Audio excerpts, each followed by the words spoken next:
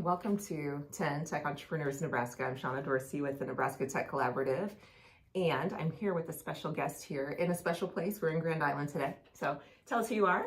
Sure. So my name is Paulina, and I am the apprenticeship coordinator.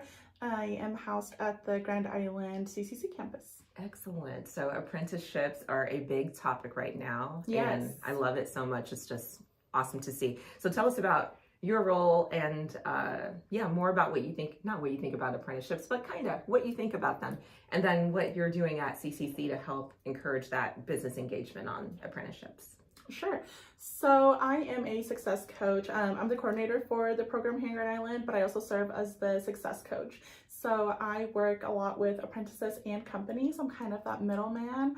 And I just make sure that students or the apprentice, kind of same thing, they're still, but they are showing up to class. Are they going to work? I keep contact with companies like, hey, is this person coming to work? Are they doing good? Are they advancing as they should? And if not, then what can we do to help them?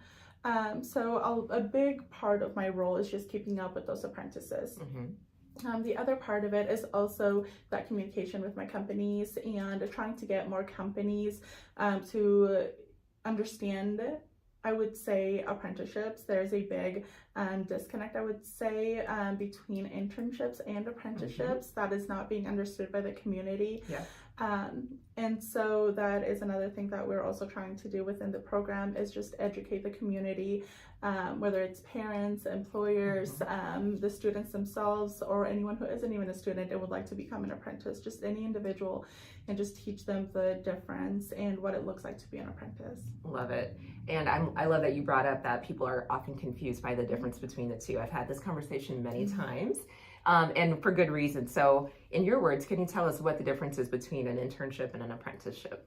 Sure. So there are a few differences. The two main ones that I can think of is the length. So an apprenticeship is longer in length. It's 1 to 3 years, depending on the occupation and the program.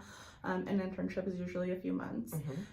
The also big thing is that an apprentice is a full-on employee. So in order to become an apprentice, that individual did have to apply to a company and go through the entire hiring process in order for them to become an apprentice. Gotcha.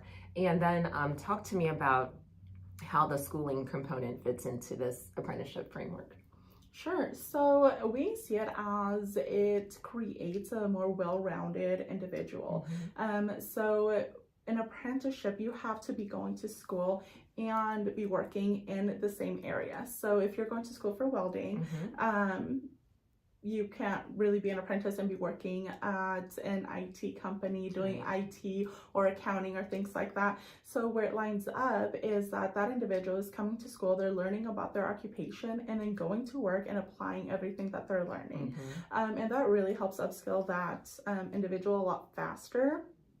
And just like I said, it does help them be more well-rounded, because even if the company doesn't do a specific, I know I'm referring to welding. Welding is huge for me here in Grand Island, but if they're not teaching a specific skill or a specific weld, but the company can, then that person learns that from the company or they learn it from the school. They just become so much more well-rounded because they're not just learning a specific skill for that job. And if in 10, 15 years they decide to, they have a family, they move on, they're like, oh, maybe I've done that type of skill before because I learned it either in school or at work. So that works really nice. That's really great. And I also appreciate that integration with the business at the same time, because they are probably, I'm assuming, informing some of what is taught in the program, like in the training. Is that kind of a collaboration that happens too?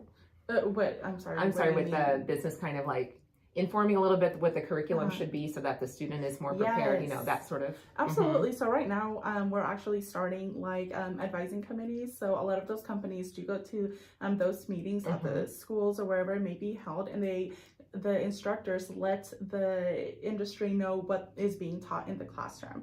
And they also can hop in and say, well, like we're doing this in the manufacturing world or this and out in industry. So how can we incorporate that? How can we work together so that these individuals that are coming out of CCC know how to do these jobs? Yep, that makes a lot of sense. I love that. Okay, so tell us about one of your favorite business story student outcomes so far. Oh, goodness. That's kind of hard to pinpoint. But I would have to say our first apprentice to graduate the full program, that was with one of our partnered companies, of course, Standard Iron. And a few months ago, he graduated from CCC with his associates in welding, and then also completed the apprenticeship program. So we did like a mini celebration at Standard Iron for that individual, and that was just a big accomplishment for both him and for CCC and the apprenticeship program as a whole, because he was our first to complete this program that got kicked off maybe about almost 3 years now. Wow. So yeah. That's great. And then for you to see like that full end to end. So applied to the program, got through it, has a job with a great company, and is now fully in his craft. Absolutely. Yeah. Now he's working full time. And that's always great to see. And like you said, from the start, they're just applying, they're just getting their classes and everything, and then just how much they grow within that as well, not only just in school or at work, but also personally, because like I said, I do check in with them regularly, so that's a really good relationship as well that's built. That's really great. So just thinking about back on internships a little bit, how do you see a student who maybe isn't an internship in that short-term experience transitioning into an apprenticeship type of offering? I know you kind of answered it, but just So we are actually in a consortium with Southeast and Northeast.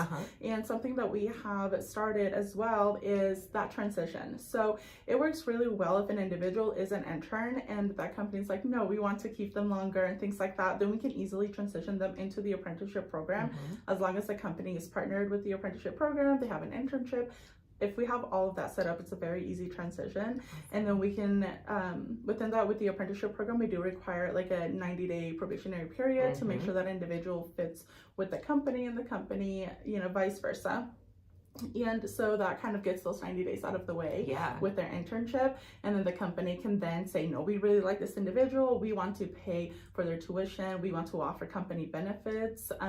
The apprentices also do work less hours, like 32 hours for welders, and 25 hours is also offered in other occupations where they're working 25 hours, but the companies are willing to pay 7 hours while they're in school, so that they get those benefits. And so it's a really amazing thing that I think is going to bloom for sure. It's something we started not too long ago, but it just makes sense. It really does.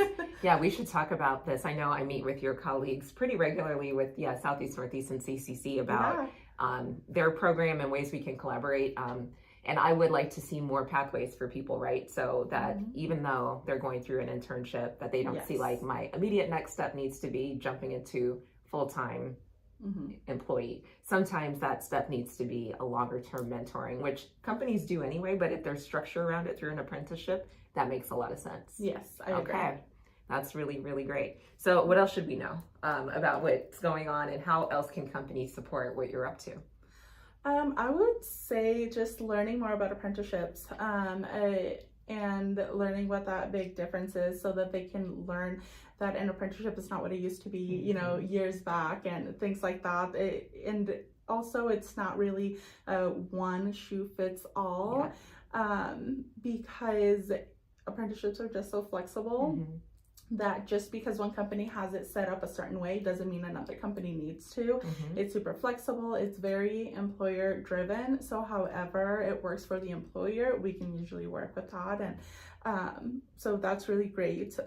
We do have a summit coming up. We had our first one last year, but this year's will be November 14th at the Unis Center in Kearney.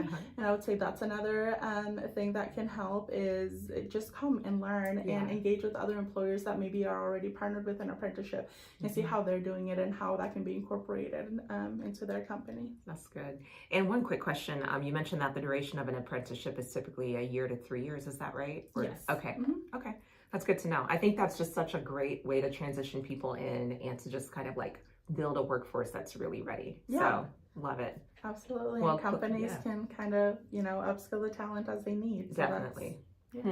Very cool. Well, we appreciate you being here and sharing more information, and I'll add info about Elevate to the post notes, and info about the upcoming summit when the registration link will be available soon, I'm sure. Right? Yes. Okay. Yep. When we have that, we'd definitely love to share it in.